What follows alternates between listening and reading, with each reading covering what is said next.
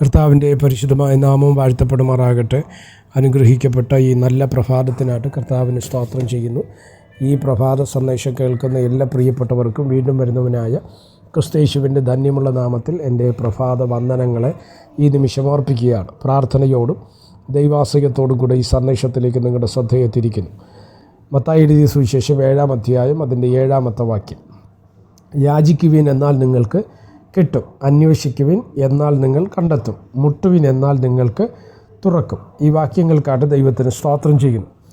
ദൈവത്തോട് നമ്മുടെ ആവശ്യങ്ങൾ പറയാൻ വേണ്ടി, അല്ലെങ്കിൽ നമ്മുടെ ആഗ്രഹങ്ങളോ ആവശ്യങ്ങളോ ദൈവത്തോട് പറയാൻ വേണ്ടി പ്രാർത്ഥിക്കുന്നതിനകത്ത് വിവിധ രീതികൾ ഉണ്ട്.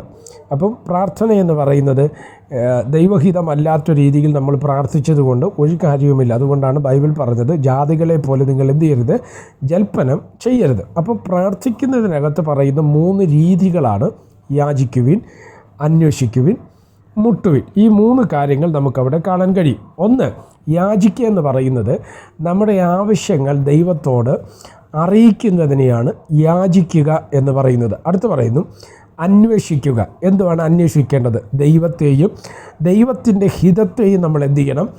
അന്വേഷിക്കണം. അതാണ് അന്വേഷിക്കുക എന്ന വാക്കുകൊണ്ട് നമ്മൾ അർത്ഥമാക്കേണ്ടത്. മൂന്നാമത്തത് മുട്ടുവീൻ എന്നാൽ നിങ്ങൾ തുറക്കും. എന്തുവാ മുട്ടുക എന്ന് പറയുന്നത്? പ്രാർത്ഥനയിൽ നമുക്ക് എന്തുണ്ടായിരിക്കണം? സ്ഥിരതയുണ്ടായിരിക്കണം. പ്രത്യാശയോടെ, സ്ഥിരതയോടെ നമ്മൾ അതിനു വേണ്ടി എന്ത് ചെയ്യണം?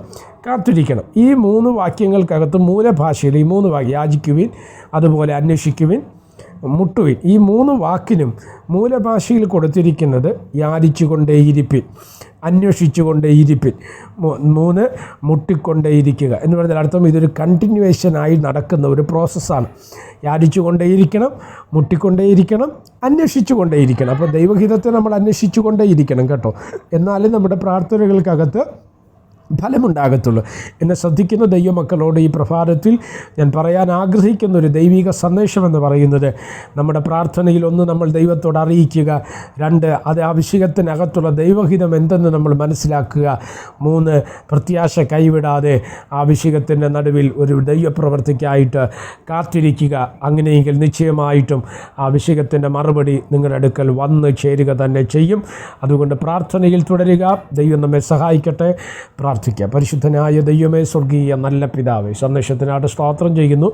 ഈ സന്ദേശം കേൾക്കുന്ന എല്ലാ പ്രിയപ്പെട്ടവരെ തൃക്കരങ്ങൾ തരുന്നു. അവിടുന്ന് ഞങ്ങൾ ചിറകടി മറച്ചാടി സന്ദേശം അനേകർക്ക് അനുഗ്രഹവും ആശ്വാസവുമായി മാറുവാൻ സ്വർഗമിടവരുത്തിയാട്ടും. മഹത്വം അങ്ങേക്ക് യേശു കർത്താവിൻ്റെ നാമത്തിൽ തന്നെ. ആമേൻ. എല്ലാവരെയും ദൈവം അനുഗ്രഹിക്കട്ടെ. God bless you.